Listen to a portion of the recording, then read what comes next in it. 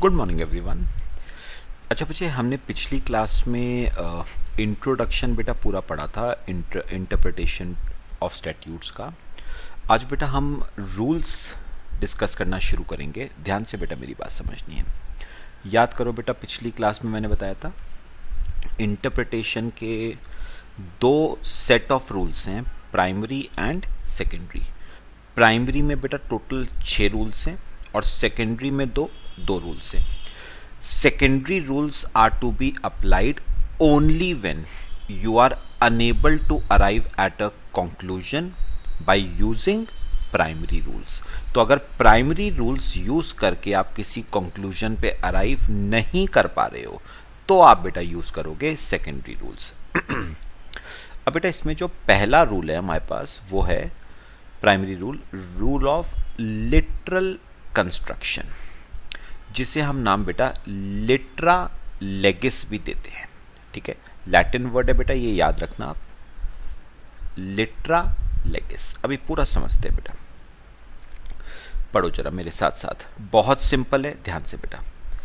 This is the first and foremost rule of interpretation.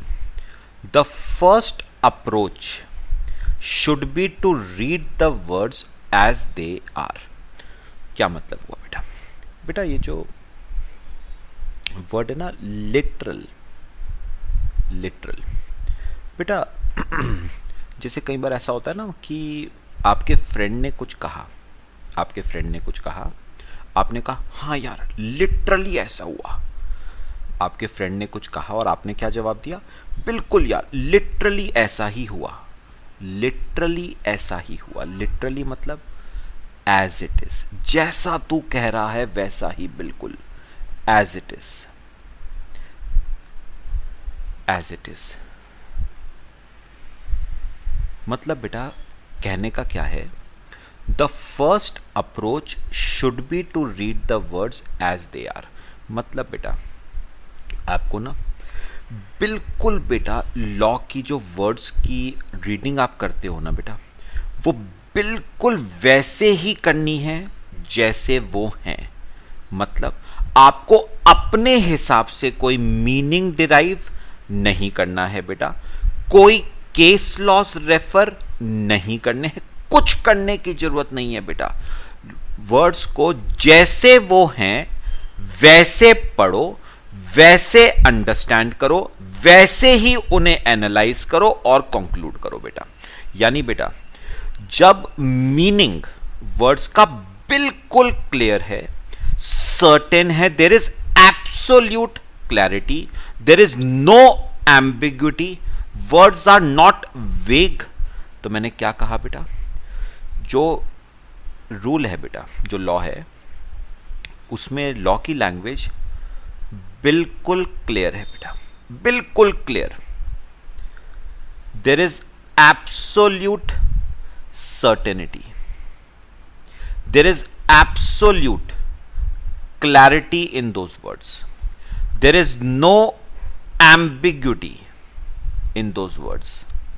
The words are not vague. The words are not vague. तो बेटा अगर law ने जो language use करी है वो बिल्कुल क्लियर है, एब्सोल्यूट सर्टेनिटी है, एब्सोल्यूट क्लैरिटी है, किसी भी तरह की कोई एम्बिग्युटी नहीं है, कोई वेगनेस नहीं है, तो बेटा अपना दिमाग खर्च करने की क्या जरूरत है बेटा। Interpret the words as they are, मतलब जो है वो है, as it is. This is the meaning of rule of literal construction. समझ आया बेटा? तो बेटा रूल ऑफ लिटरल कंस्ट्रक्शन क्या कहता है, जैसे वर्ड्स हैं, ठीक है, कोई दिमाग लगाने की जरूरत नहीं है, बिल्कुल भी बेटा जैसा है वैसा समझो उसे। बस आपको बिल्कुल कोई अपना दिमाग खर्च करने की जरूरत नहीं है, कोई केस लॉस, कोई जुडिशियल डिसीजंस, कुछ रेफर करने की जरूरत नहीं है बेटा। There is absolute clarity, certainty बेटा, there is no ambiguity in the language of law. तो उस केस में बेटा आप यूज करते हो लिटरल कंस्ट्रक्शन। जैसे बेटा और मेरे साथ साथ बेटा हेडिंग लिखोगे जरा, primary rules of interpretation. Primary rules of interpretation. इसमें बेटा हमारे पास पहला रूल कौन सा आया? Rule of literal construction. Rule of literal construction, जिसे हम लैटिन में कहते हैं बेटा लिटरा लेगिस। बेटा ये जो रूल है ना, रूल ऑफ लिटरल कंस्ट्रक्शन, ये क्या कहता है बेटा? ये कहता है read the words as they are. Read the words as they are. Understand and analyze the words as they are. Understand oblique analyze the words as they are। मतलब बेटा कुछ दिमाग अपना खर्च करने की बिल्कुल जरूरत नहीं है, जैसा जैसा लिखा है वैसा वैसा समझते चलो, ठीक है, and arrive at a conclusion. बेटा कई बार लॉ की लैंग्वेज ना एकदम साफ होती है, एकदम स्पष्ट होती है। तो लॉ, तो आपको रूल ऑफ लिटरल कंस्ट्रक्शन क्या कह रहा है? अगर लॉ की लैंग्वेज एकदम साफ साफ है बेटा, एकदम क्लियर है,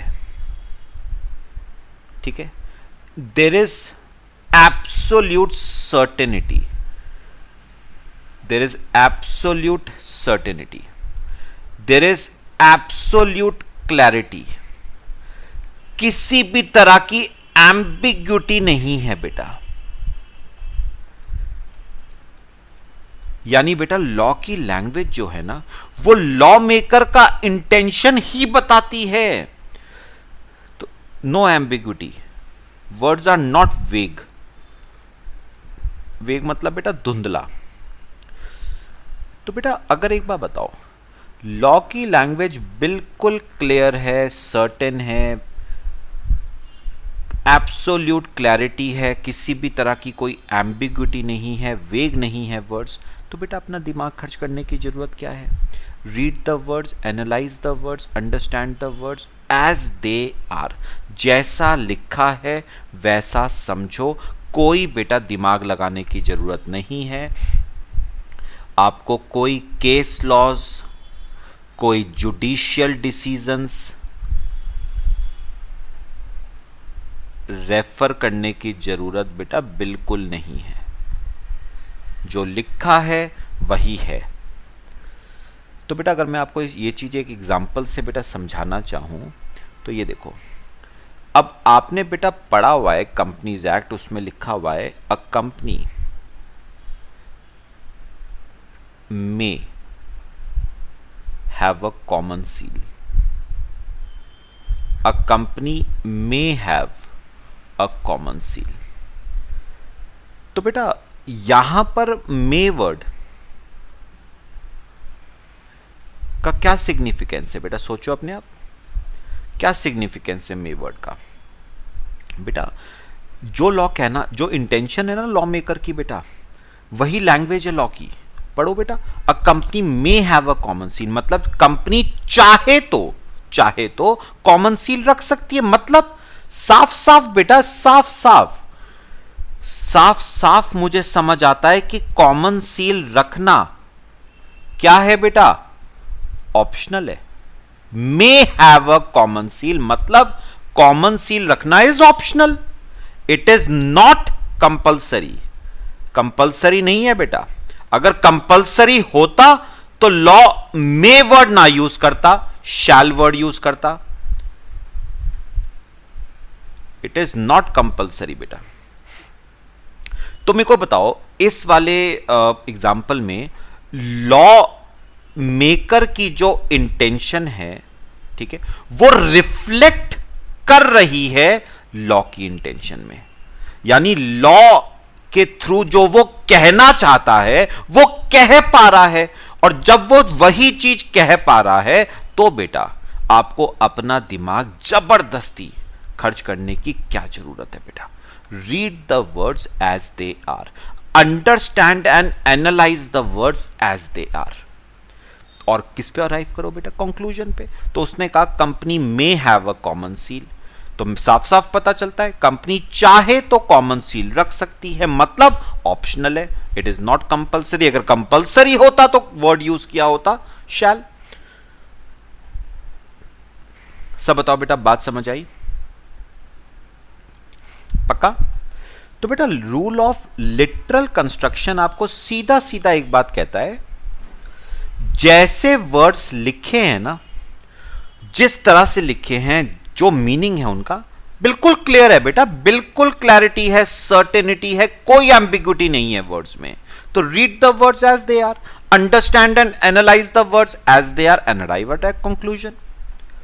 जबरदस्ती मैं केस लॉज रेफर करूं, जुडिशियल डिसीजंस रेफर करूं, फायदा क्या है उन चीजों का, जब जो लॉ मेकर कहना चाहता था वही वो कह रहा है, तो जबरदस्ती हम अपना दिमाग क्यों खर्च करें बेटा, है कि नहीं? आओ पढ़ते हैं बेटा।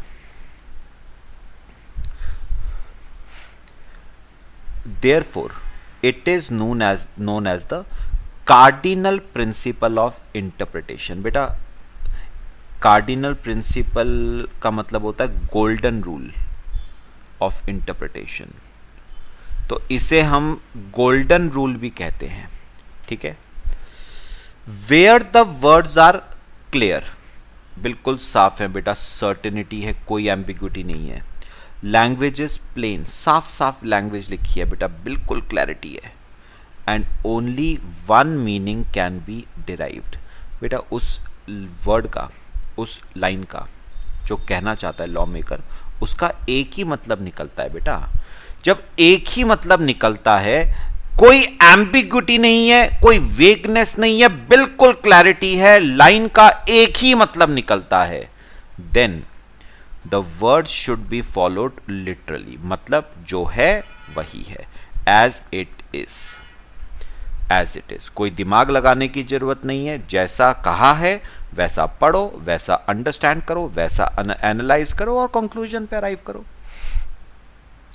If there is no ambiguity, ठीक है, it would mean that language used speaks the mind of the parliament, ठीक है बेटा।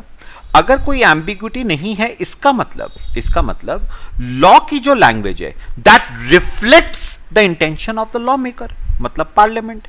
तो लॉ की जो लैंग्वेज है उसमें लॉ मेकर के इंटेंशन की एक छवि आ रही है बेटा। जो लॉ मेकर कहना चाहता है वो कह पा रहा है लॉ के थ्रू, then there is no need to look somewhere else, मतलब आपको कहीं और देखने की जरूरत नहीं है, कोई केस लॉज, कोई जुडिशियल डिसीजंस, आपको कुछ देखने की जरूरत नहीं है to discover the true intention and meaning of the words used. समझ आ रहा है बेटा? Where the language used is plain, बिल्कुल साफ साफ है बेटा, and admits of only one meaning, एक ही मतलब निकलता है। तो लैंग्वेज बिल्कुल साफ साफ है बेटा, लैंग्वेज का मतलब भी एक ही निकलता है। Only that meaning can be enforced, तो बेटा उसका वही मीनिंग होगा जो दिखता है, even though it is absurd और मिस्चीवियस। इवन दो बेटा मतलब एब्सर्ड ही क्यों ना निकले, बेहुदा, तो भी बेटा वही मीनिंग आपको लेना है। ऑल्दो बेटा आपको ये लगेगा ये कैसा लॉ है, लेकिन बेटा उससे फर्क कुछ नहीं पड़ता, वही मीनिंग आपको उस लॉ का फॉलो करना पड़ेगा। तो वो कह रहा है लैंग्वेज प्लेन है, बिल्कुल क्लियर है, मीनिंग भी एक ही निकलता है, वन मीनिंग, वन मीनिंग। ठीक है, तो बेटा ऑल्दो वो एब्सर्ड मीनिंग ही क्यों नहीं है, बेहुदा, आपको लगेगा ये किस तरह का लॉ है, फर्क नहीं पड़ता बेटा, उसे आपको वही मीनिंग लॉ का लेना पड़ेगा। ठीक है बेटा, जैसे बेटा एक छोटा सा मैं अगर आपको एग्जांपल दूं, जैसे कॉमन सील वाला तो मैंने आपको करवा दिया बेटा, may have a common seal. एक छोटा सा एग्जांपल बेटा मैं आपको और कराना चाहूंगा।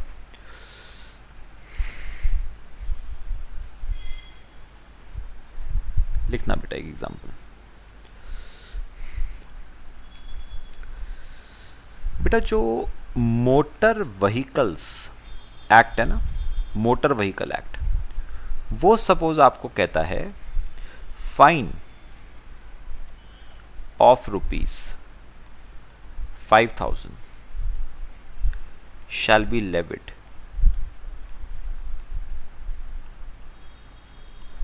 levied for parking on road। मतलब अगर आपने सड़क पे गाड़ी खड़ी करी ना, तो बेटा 5,000 रुपए का फाइन भरना पड़ेगा, जुर्माना। क्लियर हुआ? अब बेटा वही बात है ना, कहां पर पार्किंग करी, रोड पे, रोड पे। अब देखो बेटा मेरे ख्याल से ना लैंग्वेज बिल्कुल क्लियर है बेटा, बिल्कुल। रोड पे अगर पार्किंग करी तो 5,000 रुपए का फाइन है।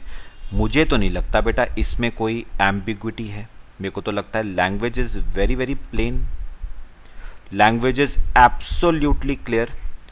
ठीक है, there is absolute certainty, there is no ambiguity. Vague बिल्कुल नहीं है बेटा, नॉट वेग। मुझे तो नहीं लगता बेटा इसमें कोई दिक्कत है, सिंपल बात है, रोड पे खाड़ी खड़ी करोगे तो 5,000 रुपए का जुर्माना लगेगा बेटा।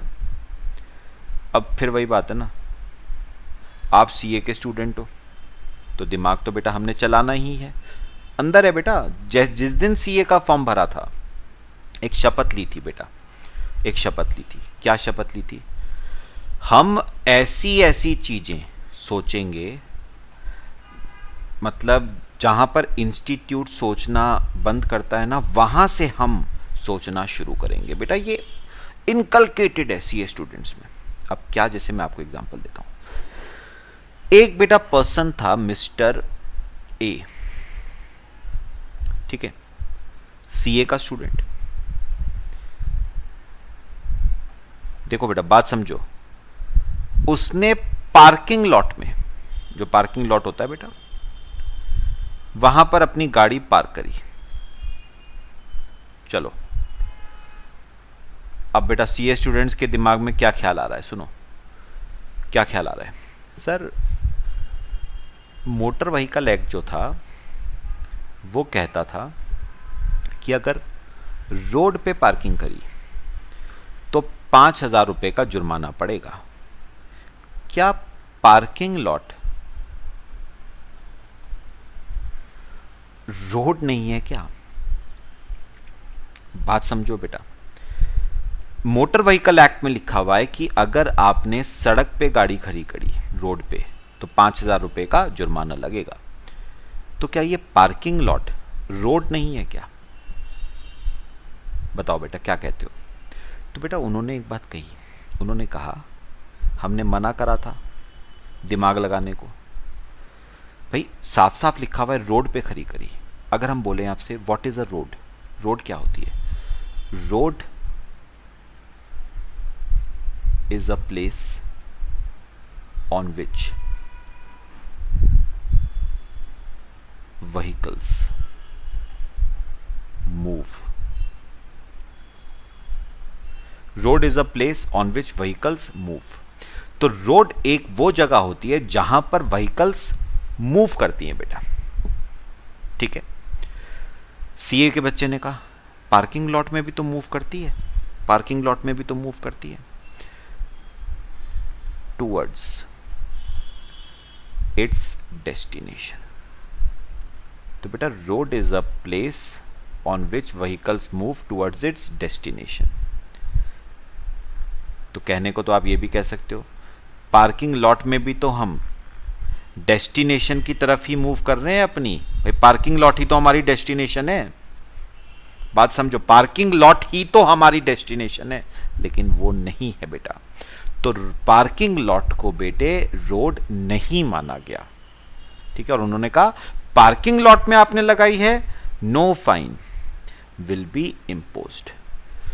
भाई लॉ ने आपको कहा था कि जैसा जैसा हो, जैसा जैसा दिखता है वही है बेटा, जबरदस्ती क्यों दिमाग लगा रहे हो। मतलब अगर चीज का मतलब साफ साफ है, हां ठीक है, अगर आपको कोई चीज एम्बिगुअस लगती है, वेग लगती है, क्लैरिटी नहीं है, तब तो दिमाग लगाओ, केस लॉज रेफर करो, जुडिशियल डिसीजंस रेफर करो। लेकिन जो चीज साफ साफ है उसे क्यों घुमा रहे हो, अपने लिए पेचीदा क्यों करते हो बेटा उसे। तो उन्होंने कहा था रोड, तो क्यों जबरदस्ती पार्किंग लॉट को रोड में बेटा शामिल कर रहे हो। Parking lot is not a road, क्योंकि रोड वो जगह है बेटा जहां पर व्हीकल्स मूव करती हैं टुवर्ड्स इट्स डेस्टिनेशन, जबकि पार्किंग लॉट में बेटा व्हीकल स्टैटिक हो जाती है, एक जगह पे आके रुक जाती है, मूव कंटिन्यूअसली मूव नहीं करती रहती बेटा। पार्किंग लॉट में तो एक जगह पे आके व्हीकल क्या हो जाएगी, स्टैटिक हो जाएगी, बंद हो जाएगी बेटा। लेकिन रोड पे कंटिन्यूअसली व्हीकल्स क्या करती रहती हैं बेटा, मूव करती रहती हैं। पॉइंट बेटा मैंने जो कहा वो क्लियर हुआ। तो लॉ ने बेटा इस वाले केस में पता है क्या कहा, ये बेटा मैं एक्चुअल जो केस हुआ था वही बता रहा हूं आपको। लॉ ने इस वाले केस में क्या कहा कि आपको लिटरल इंटरप्रिटेशन इसका देना था। आपको क्या देना था इसका, लिटरल इंटरप्रिटेशन, मतलब read the words as they are. भाई जब वर्ड्स में बिल्कुल क्लैरिटी है, सर्टेनिटी है, किसी भी तरह की कोई एम्बिग्विटी नहीं है, एक ही मीनिंग निकलता है, तो अपना दिमाग क्यों खर्च करना। भाई साफ साफ तो लिखा हुआ है, रोड पे खड़ी करोगे तो parking lot is not a road, तो आपको यहां पर कौन सा रूल अप्लाई करना था बेटा, लिटरल इंटरप्रिटेशन। लेकिन आप क्या कर रहे हो, अपना ही कुछ इंटरप्रिटेशन करते जा रहे हो बेटा। जरूरत क्या है, जब साफ साफ जो लॉ कहना चाहता था वो कह रहा है, तो क्यों उसके 10 मतलब निकाल रहे हो बेटा, फायदा ही कुछ नहीं, एक ही मतलब निकलता है बेटा इसका। क्लियर हो रहा है बेटा सबको।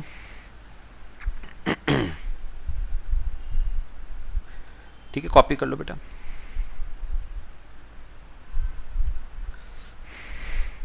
फिर हम आगे चलते हैं, करें बेटा आगे। देखो अब बेटा ध्यान से मेरी बातें जरा समझना। Applicability of this rule, plain meaning, ordinary meaning, natural meaning, literal meaning. देखो the words litera legis means literal construction of law. This rule is based on the premise that when legislature has enacted a law, there has to be a clear object and purpose behind it, which is reflected in the precise words and plain language used in the law. Accordingly, there is no need for courts to go behind the word expressly used. बेटा सुनो सुनो बेटा, literal, ये जो literal construction है ना बेटा, यानी लिट्रा लेगिस जो है, इसमें बेटा हम पता है क्या मान के चलते हैं। हम ये मान के चलते हैं कि लॉ मेकर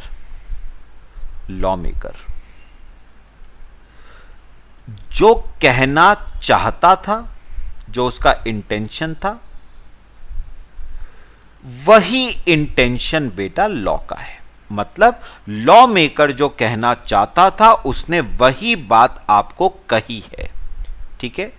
कोई एम्बिग्विटी, अनसर्टेनिटी कुछ नहीं है, बिल्कुल क्लैरिटी है बेटा, ठीक है। तो उस केस में बेटा, उस केस में लॉ क्या कहता है, जो कोर्ट है ना, जो डिस्प्यूट सेटल करने के लिए बनी है, उस केस में कोर्ट क्या कहेगी, कोर्ट कहेगी कि भैया लॉ मेकर जो कहना चाहता था वही बात उसने लॉ के थ्रू कही है। हम लॉ मेकर की जो लैंग्वेज है, लॉ की जो लैंग्वेज है, उसके बाहर जाके नहीं देखेंगे कुछ भी।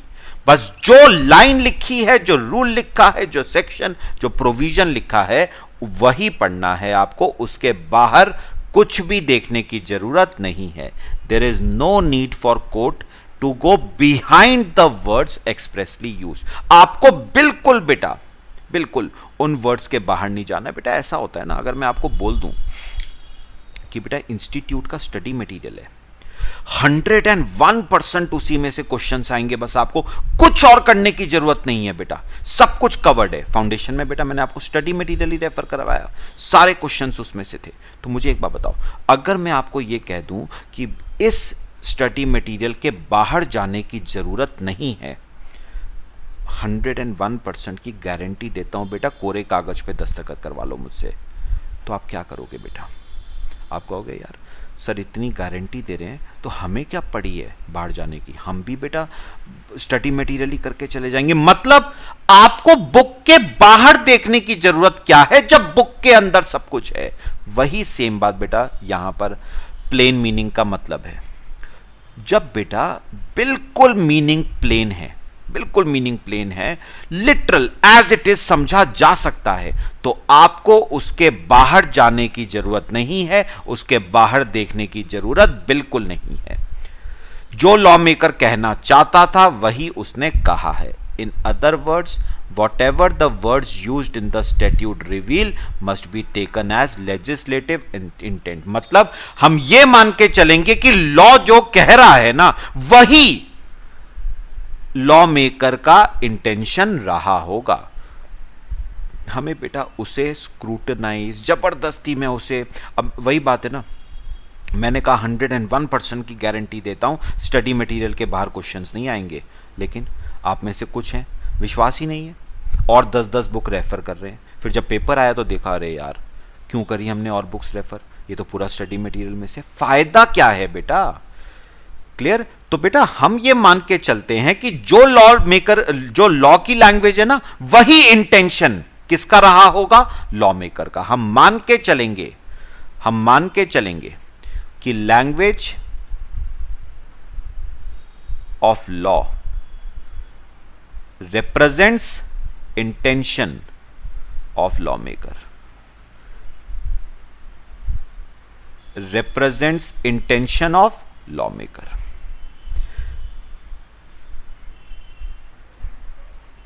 ठीक है बेटा? बेटा चाहोगे तो ये वाला मैक्सिम याद कर लेना, मुश्किल है थोड़ा सा। It is based on the maxim absoluta sententia expositore non indiget. ठीक है? Absoluta sententia expositore non indiget. बेटा इसका मतलब क्या है? A simple preposition needs no expositore, that is when you have plain words capable of only one interpretation. मतलब जो line लिखी है उसका एक ही मतलब निकलता है, तो बेटा उसके एक्सप्लेनेशन की जरूरत नहीं है।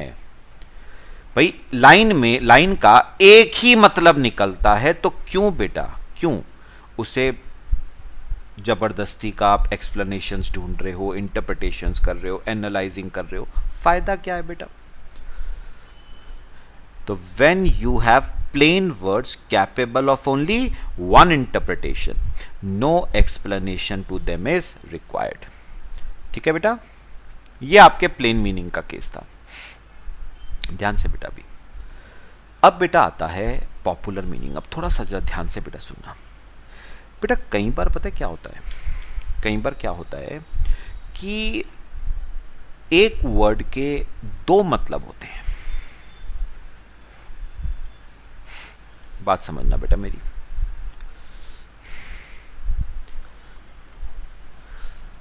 सुनो बेटा, अगर तो कोई वर्ड लॉ ने यूज किया,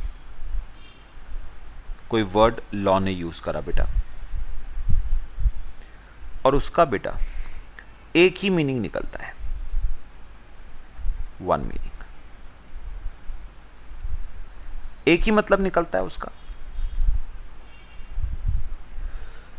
लॉ ने कोई वर्ड यूज करा, उसका एक ही मतलब निकलता है, तो फिर तो बेटा कोई दिक्कत ही नहीं, that meaning will be used, वही मीनिंग यूज कर लेंगे हम, that meaning will be used.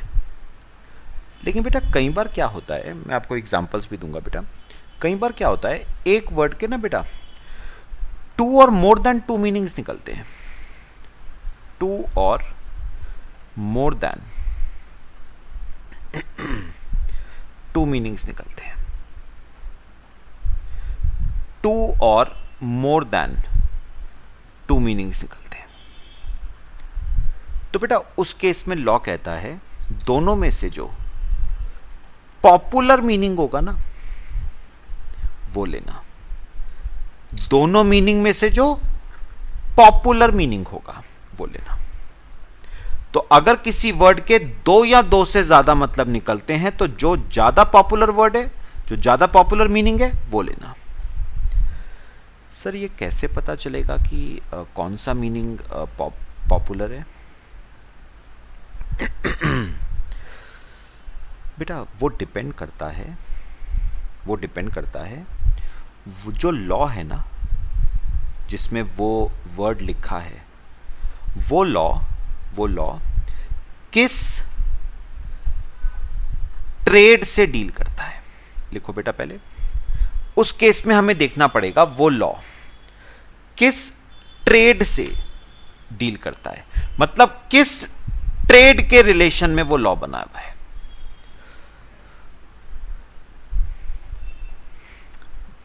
Sir समझ नहीं आया, अभी समझ आ जाएगा बेटा। बेटा इमेजिन करो एक वर्ड है रिजर्वेशन, एक वर्ड है रिजर्वेशन। वर्ड क्या है बेटा? रिजर्वेशन। बेटा रिजर्वेशन वर्ड ना दो मीनिंग हो सकते हैं बेटा रिजर्वेशन वर्ड के। जैसे बेटा, जैसे बात समझना बेटा, जैसे बेटा रिजर्वेशन एक तो होता है ट्रेन में रिजर्वेशन, है ना, एक तो होता है ट्रेन में reservation, train reservation, seat book कराना ट्रेन में, ट्रेन की सीट्स बुक कराना, है ना। एक तो ट्रेन का रिजर्वेशन होता है, एक रिजर्वेशन बेटा कैटेगरी भी तो होता है, जनरल का, आपका SC ST OBC, वो रजिस्टर, एक तो वो रिजर्वेशन भी होता है बेटा। तो जनरल, SC ST OBC इनका रिजर्वेशन भी होता है बेटा। तो रिजर्वेशन के तो बेटा दो मतलब निकलते हैं, जनरल, SC ST OBC इनका रिजर्वेशन। बात समझ आई बेटा? तो अब कौन सा रिजर्वेशन यूज करना है, ट्रेन रिजर्वेशन यूज करें या ये जनरल SC ST OBC का रिजर्वेशन यूज करें? तो बेटा डिपेंड करता है कि रिजर्वेशन वर्ड यूज कौन से लॉ में हुआ है। सपोज बेटा रिजर्वेशन वर्ड रेलवे एक्ट में यूज हुआ है, इंडियन रेलवेज एक्ट में। बेटा अगर इंडियन रेलवेज एक्ट में यूज हुआ है रिजर्वेशन वर्ड तो ऑब्वियस सी बात है ना बेटा, ट्रेन रिजर्वेशन ही आएगा, है ना। तो अगर तो reservation word is used in railways act, Indian railways act, तो बेटा ऑब्वियस सी बात है they are talking about train reservation, है ना। लेकिन अगर कोई एजुकेशन एक्ट है ना, कोई बेटा स्टेट का एजुकेशन एक्ट है, अगर उस एजुकेशन एक्ट में बेटा रिजर्वेशन वर्ड यूज किया हुआ है तो ऑब्वियस सी बात है ट्रेन के रिजर्वेशन की तो बात नहीं कर रहे हैं, वो फिर जनरल SC ST OBC के रिजर्वेशन की बात कर रहे हैं। तो एक बात समझना बेटा, रिजर्वेशन के मतलब बहुत सारे निकल सकते हैं, तो जो भी पॉपुलर होगा वो लेना। और पॉपुलर कैसे पता चलेगा, पॉपुलर क्या है क्या नहीं है, वो डिपेंड करता है वो एक्ट वो लॉ जिसमें वो वर्ड लिखा है, वो एक्ट, वो लॉ डील किससे करता है। ठीक है, तो अगर रेलवेज एक्ट है तो ऑब्वियस सी बात है we are talking about train reservation. Education act है then we are talking about general SC ST OBC reservation. ठीक है बेटा, तो अगर किसी, तो ध्यान रखना, अगर किसी वर्ड के दो या दो से ज्यादा मतलब निकलते हैं तो बेटा पॉपुलर मीनिंग लेना। कैसे पता चलेगा पॉपुलर कौन सा मीनिंग है कौन सा नहीं है? वो डिपेंड करेगा वो लॉ, वो एक्ट किससे डील करता है, किस ट्रेड से वो डील करता है। ठीक है, अच्छा बेटा, फिर से वही बात, दो मतलब निकलते हैं बेटा। Exact meaning to be preferred over loose meaning. बेटा एक बात सुनो, अब इमेजिन करो किसी वर्ड के बेटा दो मीनिंग निकलते हैं। जैसे अभी तो एक तो एग्जांपल हमने किया पॉपुलर मीनिंग वाला, अब एक और देखो। अब ये हो गया बेटा पॉपुलर मीनिंग वाला, इसमें ना 1 हो गया, ये 1 कर लेना, ये 1 हो गया।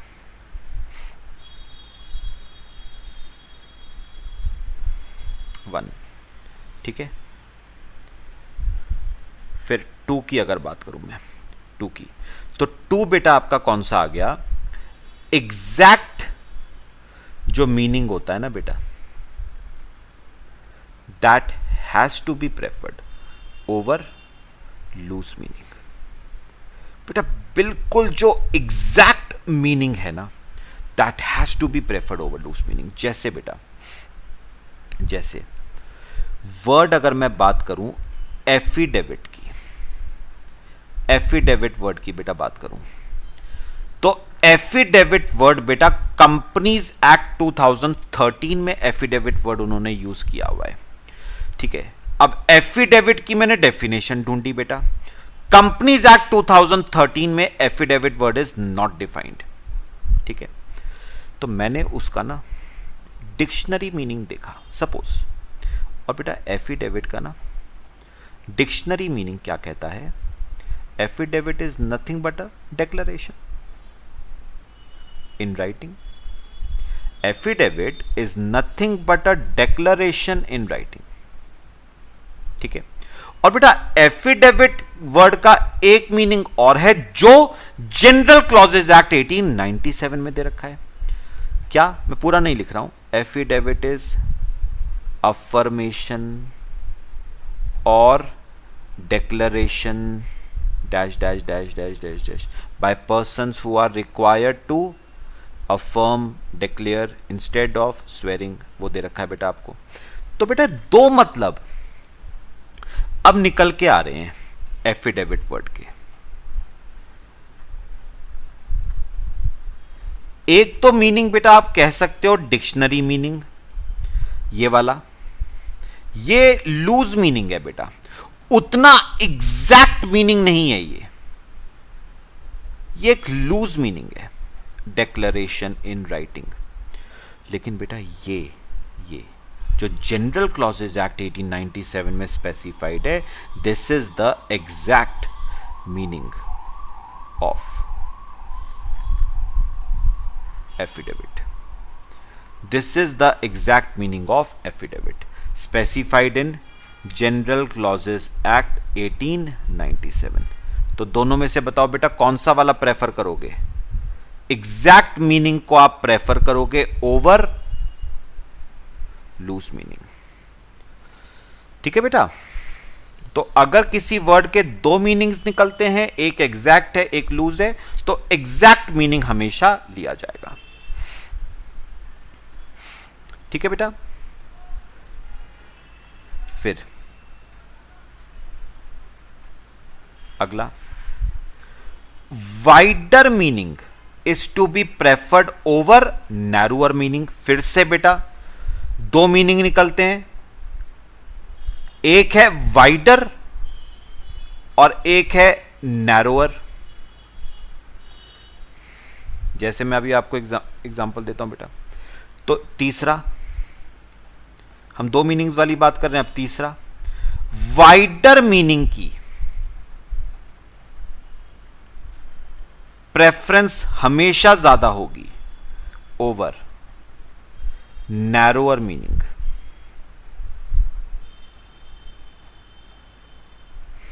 वाइडर मीनिंग की प्रेफरेंस हमेशा ज्यादा होगी बेटा ओवर नैरोअर मीनिंग। जैसे बेटा अगर मैं आपको एग्जांपल देके ये चीज समझाना चाहूं तो बेटा अज्यूम करो एक एक्ट बना हुआ है विमेन सेफ्टी के लिए। उसमें एक वर्ड लिखे हुए हैं, वर्ड लिखा हुआ है अब्यूज अगेंस्ट विमेन या विमेन अब्यूज लिखा हुआ है। ठीक है, अब्यूज अगेंस्ट विमेन या आप कह लो women abuse. Women abuse must be stopped, ऐसे कुछ लिखा हुआ है बेटा उस एक्ट में, अब्यूज अगेंस्ट विमेन। तो बेटा अब अगर मैं ये अब्यूज वर्ड देखूं बेटा, अब्यूज वर्ड, तो बेटा अब्यूज वर्ड मेरे दिमाग में बेटा अब्यूज वर्ड की जब बात आती है तो गाली देना है ना, अब्यूज मतलब गाली देना। लेकिन बेटा लॉ का इंटेंशन सिर्फ ये नहीं है बेटा, आप समझो ना, लॉ का इंटेंशन सिर्फ ये नहीं है कि आप विमेन को गाली नहीं दे सकते। ठीक है, यानी ओरल अब्यूज, वर्बल अब्यूज की खाली बात नहीं हो रही है। जब आप बोलते हो ना अब्यूज मतलब oral abuse, verbal abuse, that is a narrower meaning, छोटी सोच है आपकी। मतलब मैं विमेन को गाली नहीं दे सकता, थप्पड़ लगा सकता हूं, बात समझना बेटा। मैं विमेन को मुंह से कुछ नहीं बोलता, हाथ से चाहे मैं पेल के रख दूं, नहीं बेटा ऐसा नहीं है। आप सोचो, लॉ की इंटेंशन जब अब्यूज वर्ड लिखने की होगी तो उनकी इंटेंशन रही होगी कि आप इसे ना थोड़ा सा वाइडर लेके सोचो। वाइडर मतलब जब हम अब्यूज बोलते हैं तो अब्यूज में physical as well as verbal abuse आता है। तो अगर आप सिर्फ अब्यूज को वर्बल अब्यूज कहते हो तो दैट इज नैरोअर मीनिंग, वो एक छोटी सोच है बेटा। सोच बड़ी करो, लॉ कहता है सोच बड़ी करो। जब हमने अब्यूज लिखा है तो अब्यूज में फिजिकल अब्यूज और वर्बल अब्यूज दोनों आएंगे। ठीक है, क्योंकि हमारा इंटेंशन सिर्फ वर्बल अब्यूज को रोकने का नहीं है, हमारा इंटेंशन फिजिकल अब्यूज को रोकने का भी है। तो हम जो लॉ लेके आए हैं that will prevent physical as well as verbal abuse. थोड़ा सा बड़ा सोचो, सिर्फ verbal abuse no, that is narrower thinking. थोड़ा सा बेटा वाइडर, ब्रॉडर व्यू पॉइंट से सोचो, पक्का। तो आप हमेशा ब्रॉडर मीनिंग लोगे जो वाइडर मीनिंग होगा, मैक्सिमम से मैक्सिमम चीजों को कवर कर सके, ब्रॉडर मीनिंग।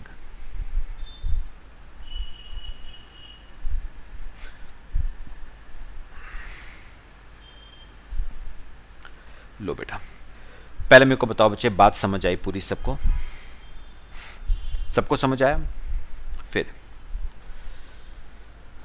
ग्रामेटिकल मीनिंग में तो खैर बेटा ज़्यादा दिक्कत नहीं है।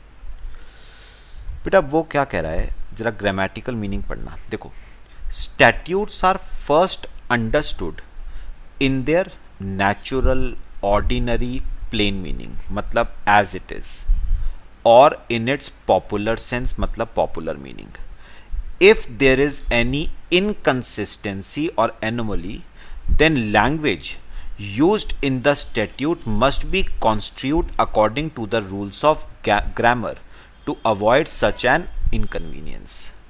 तो बेटा उन्होंने कहा पहली कोशिश तो ये करो कि आप प्लेन मीनिंग या पॉपुलर मीनिंग से आप कंक्लूजन पे अराइव कर जाओ।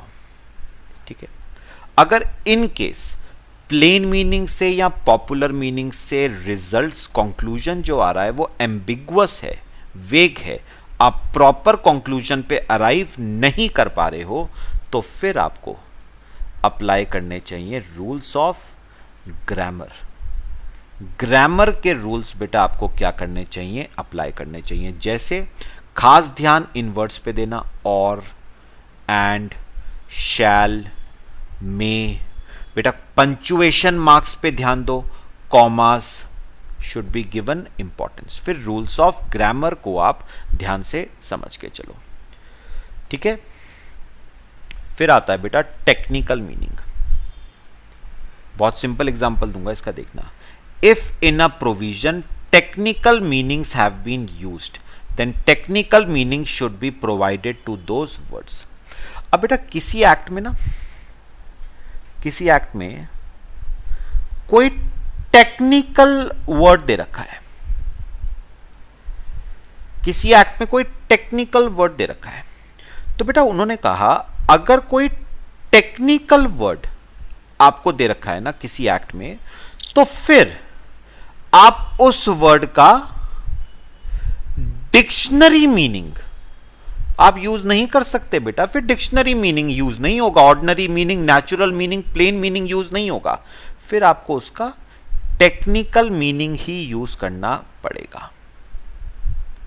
फिर आपको उस वर्ड का टेक्निकल मीनिंग ही यूज करना पड़ेगा। अगर आपके किसी एक्ट में टेक्निकल वर्ड कोई दे रखा है तो फिर डिक्शनरी मीनिंग से काम नहीं चलता है, आपको टेक्निकल मीनिंग ही यूज करना पड़ेगा। बेस्ट एग्जांपल बेटा पर्सन, आपने तो पढ़ा है बेटा इनकम टैक्स एक्ट 1961 में पर्सन वर्ड बहुत बार यूज होता है। तो पर्सन का अगर डिक्शनरी मीनिंग देखोगे आप, प्लेन मीनिंग बेटा अपने आप बताओ, अपने आप बताओ। पर्सन से अगर मैं आप कहूं पर्सन, तो आप क्या समझोगे? ह्यूमन बीइंग, है ना। ये डिक्शनरी मीनिंग है बेटा पर्सन का, ऑर्डिनरी मीनिंग। लेकिन बेटा इनकम टैक्स एक्ट में पर्सन का मतलब ह्यूमन बीइंग नहीं है ना, it also includes artificial person बेटा। मतलब कंपनी भी पर्सन है, फर्म भी पर्सन है, एचयूएफ भी पर्सन है, एओपी बीओआई भी पर्सन है, लोकल अथॉरिटी भी पर्सन है, society, trust, school, colleges, temple, universities, ये सब आपकी क्या है? पर्सन है। लेकिन आपने क्या करा बेटा, पर्सन का अगर डिक्शनरी मीनिंग यूज करोगे इनकम टैक्स एक्ट 1961 में, you will never arrive at the right conclusion बेटा, क्योंकि पर्सन का dictionary meaning only includes a human being. लेकिन क्योंकि पर्सन एक टेक्निकल वर्ड है जो इनकम टैक्स एक्ट 1961 में दे रखा है, और it is defined under section 2 subsection 31 of income tax act 1961, तो पर्सन को बेटा टेक्निकल मीनिंग ही देना पड़ेगा। और उसमें नेचुरल पर्सन के साथ साथ आर्टिफिशियल पर्सन भी इंक्लूड किया जाता है।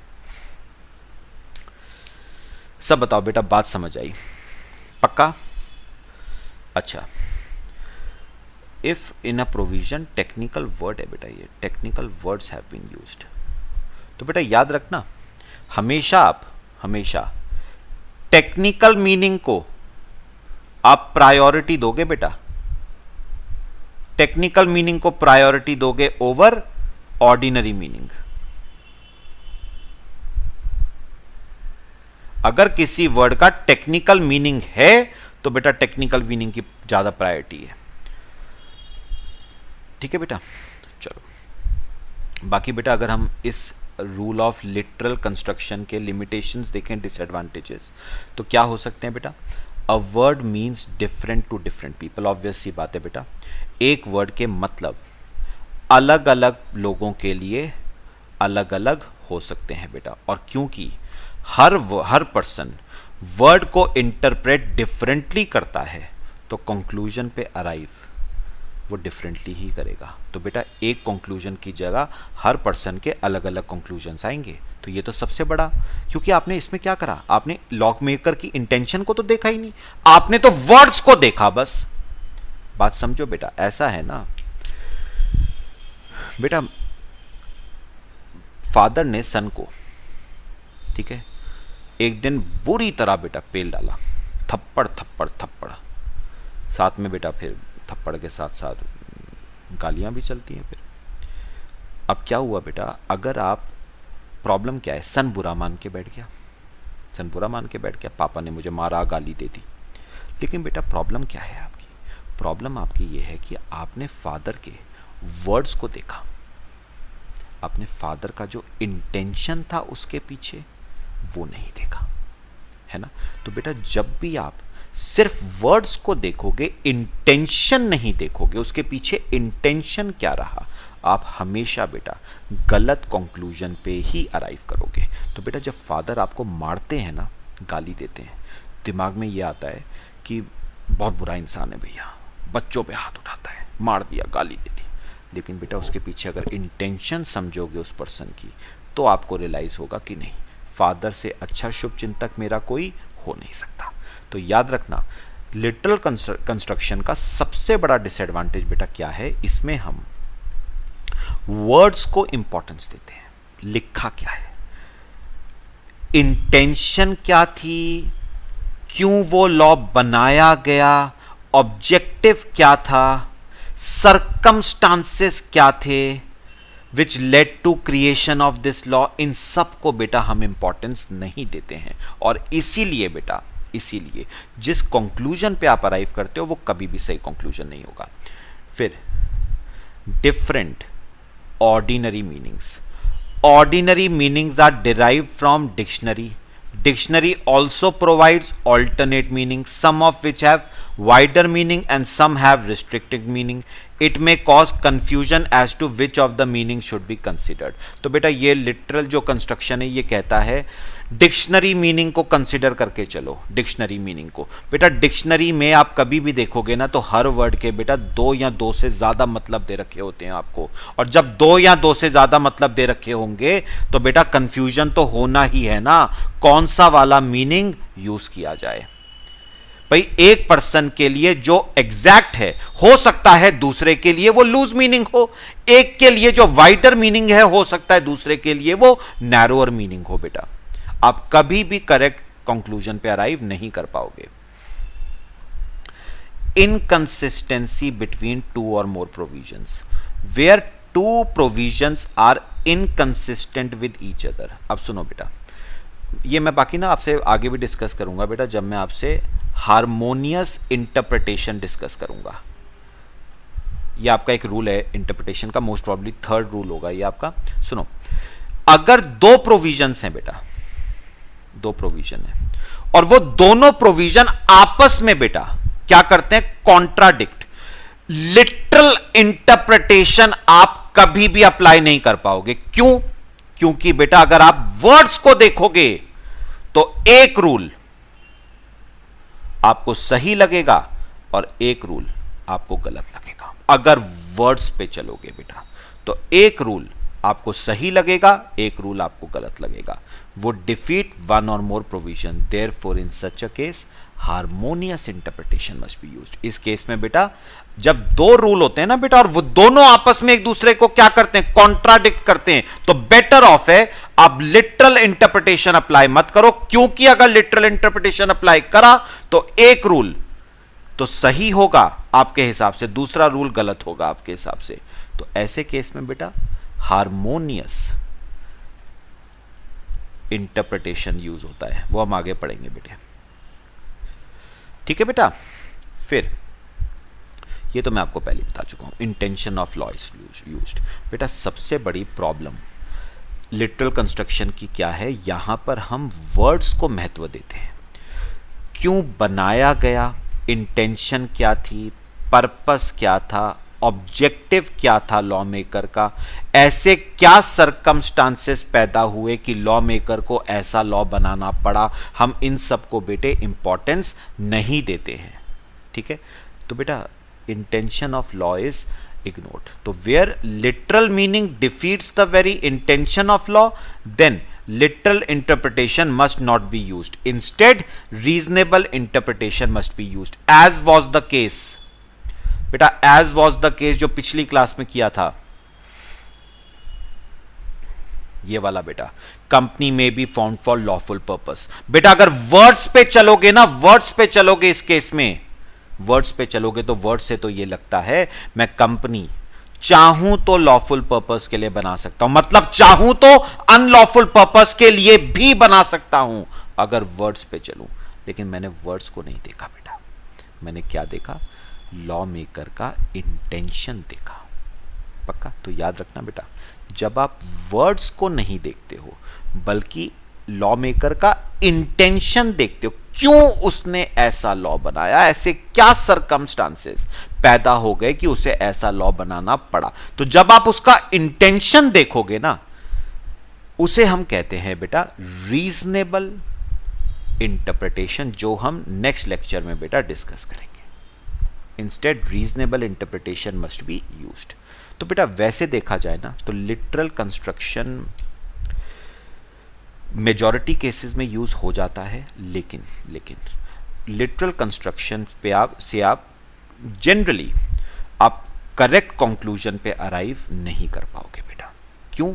क्योंकि लिटरल कंस्ट्रक्शन में आप इंपॉर्टेंस देते हो वर्ड्स को, क्या बोला गया है, ठीक है, क्या कहना चाहता था, उसको आप इंपॉर्टेंस नहीं देते, और वही चीज बेटा मोस्ट इंपॉर्टेंट है। ठीक है बेटा, लो आपका पहला रूल बेटा हमने पूरा बहुत डिटेल में बेटा कवर किया है। ठीक है बेटा, चलो नेक्स्ट क्लास में बेटा हम शुरू करेंगे आपका rule of reasonable construction interpretation. Till then thank you.